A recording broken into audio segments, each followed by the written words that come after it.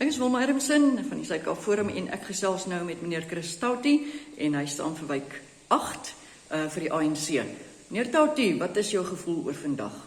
Goeiedag, lesers van Suid-Kaap Forum. Ek is baie positief oor die verkiesing vandag. Ek dink die ANC gaan weer goed doen in hierdie verkiesing. Ons almal, ek dink elke party glo dat hulle gaan die verkiesing wen.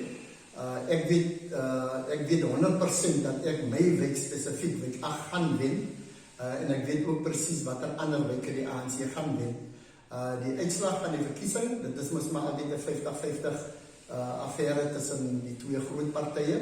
Daaroor sal ek op 'n later stadium kan kommentaar lewer, maar vir nou dink ek gaan dit baie goed. Ons kiesers kom in groot getalle uit en ons is baie trots daarop.